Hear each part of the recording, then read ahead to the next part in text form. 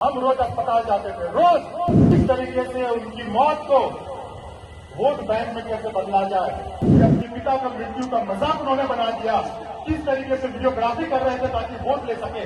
हमारे बड़े पे पापा रामविलास पासवान जी का उन्होंने अपमान किया, तो आप उनके साथ गले में गले कैसे मिला रहे हैं। आप क्या वो एक नया फिल्म लगा के चल रहे हैं, हमारी बड़ी माँ, हमारी बड़ी माँ, हमारी बड़ी माँ। ये कहते हैं कि भाई गांव में बड़ी माँ बीमार है और पटना से मीडिया को भेजो। हमारी मछली माँ पे झूठा एफआईआर कराओ। अरे इतना ही चिंता था, डॉक्टर को कहेंगे भेजे। अस्पताल में वो अकेले इलाज चला रहे थे, किसी एक परिवार के व्यक्ति को, किसी पार्टी के किसी कार्यकर्ता को उनसे भेंट करने नहीं दिया।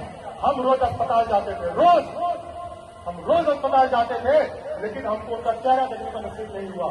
ये तब की बात है, वो जब जीवित थे, जब उनका इंतकाल हो गया, जब वो इस दुनिया में नहीं रहे, और किस तरीके से ड्रामा रचा गया। सब साथी यहां उपस्थित थे। किस तरीके से उनकी मौत को वोट बैंक में कैसे बदला जाए, उनकी मृत्यु को किस तरीके से भगाया जाए, हमारे सभी साथियों ने देखा। क्यों? क्योंकि 2020 का चुनाव था साथियों। आप इस घटनाक्रम को समझिए।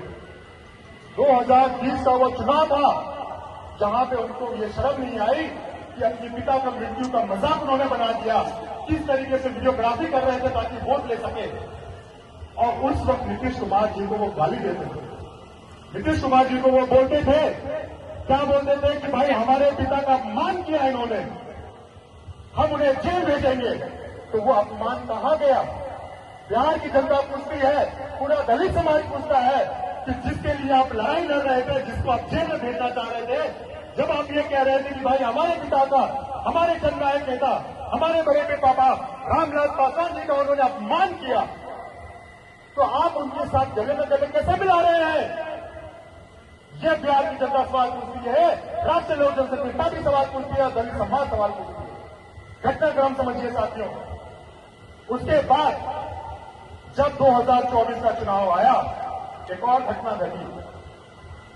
आदरणीय उप मुख्यमंत्री जो हमारे हैं, पूर्व मुख्यमंत्री, राष्ट्रीय जनता दल के नेता तेजस्वी यादव, उस पर उन्होंने इल्जाम लगाया। क्या इल्जाम लगाया? हमारी मां को गाली दिया। सब जगह बोल रहे थे कि भाई तेजस्वी यादव हमारी मां को गाली दिया, उनको बदनाम करने का प्रयास किया। क्यों? वोट लेना था। जिस तरीके से 2020 में वोट लेना था, पापा का नाम इस्तेमाल किया, उसी तरीके से 2024 में तेजस्वी यादव जी को गाली दिया और कहा हमारी मां को गाली दिया। क्यों? सहानुभूति वोट बटोरने के लिए। आप कौन सा दिन आया है? 2024। घटनाक्रम समझिए।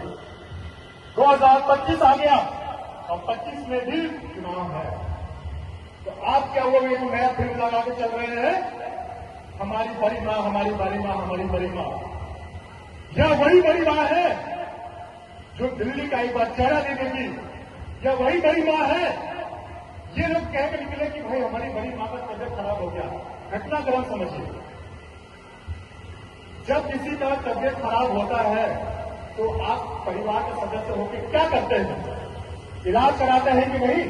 अस्पताल लेके जाते हैं या डॉक्टर का घर लाते हैं? कि ये करते हैं कि भाई गांव में बड़ी माँ बीमार है और पटना से मीडिया को भेजो, पटना से प्रदेश अध्यक्ष को भेजो, पटना से जिलाध्यक्ष को भेजो, सांसद प्रतिनिधि को भेजो और हमारी मां पे एफआईआर कराओ, झूठा एफआईआर कराओ, हमारी मछली मां पे झूठा एफआईआर कराओ। अरे इतना ही चिंता था, डॉक्टर को कहेंगे भेजे। अभी कल वो हेलीकॉप्टर में घूम के गांव गए हैं, लेके चले जाते इलाज कराने के लिए। खाली और खाली, इतना घटिया राजनीति। हमारी माताएं बहनें यहां भाई बहन भी बैठे हैं, हमें ये संस्कार नहीं मिला है भाई। हमारी मां प्रिंसिपल से रिटायर्ड है, शिक्षक थी। हमारे मंझले पापा ये भी शिक्षक थे राजनीति में आने से पहले। हमें ये संस्कार नहीं मिला है। लेकिन इतनी घटिया राजनीति, इतनी नीच राजनीति, सिर्फ वोट बैंक को इकट्ठा करने के लिए, इसके हम समर्थक नहीं है। और हमें नहीं लगता है कि बिहार की जनता इसकी समर्थक होगी। हाथ उठा के बताइए साथियों, क्या आप इसके समर्थक हैं? इतना घटिया राजनीति, इसका जवाब इसका जवाब बिहार की जनता देगी। इसका जवाब बिहार की एक एक महिला देगी। इसका जवाब बिहार का एक एक दलित वर्ग देगा। हम लोगों के अकलियत के साथी यहाँ पे उपस्थित है। भीड़ के काफी साथी हमारे मुसलमान भाई यहाँ उपस्थित है। एक छोटा सा है, इसको बोलते हम अपना वाक्य समाप्त करेंगे। 2005 में जब हम लोगों को मौका मिला था, उस वक्त हम बच्चे थे, मंजर साहब, बड़े साहब, इनको मौका मिला था। सरकार 29 सीट हमारी आई थी। उस वक्त सरकार बनाने का जब मौका मिला था तो बड़े पापा ने कहा था कि मुस्लिम एक कैंडिडेट होना चाहिए, बिहार को मुसलमान एक मुख्यमंत्री होना चाहिए। और ये आज जिस तरीके से पार्लियामेंट में वक्फ बोर्ड आया, जब ये जाते हैं चुनाव प्रचार में खाली वोट बटोरने के लिए, जब आज मौका मिला कि आप अपने मुसलमान भाइयों का साथ दें, उनके लिए खड़े रहे, तो इन्होंने जाकर पार्लियामेंट में इस बिल का समर्थन किया। अपने मुसलमान भाइयों के पीठ में खंजर भोंकने का काम किया इन्होंने। साथियों आपसे यही आग्रह करने के लिए आए हैं, यही आग्रह करने के लिए आए हैं, सच्चाई बताने आप लोगों के बीच में आए हैं। हम तो कभी नहीं बोले, आप कभी हमको देखे हैं ये सब बोलते हुए? कभी नहीं देखेंगे हमको ये सब बोलते हुए।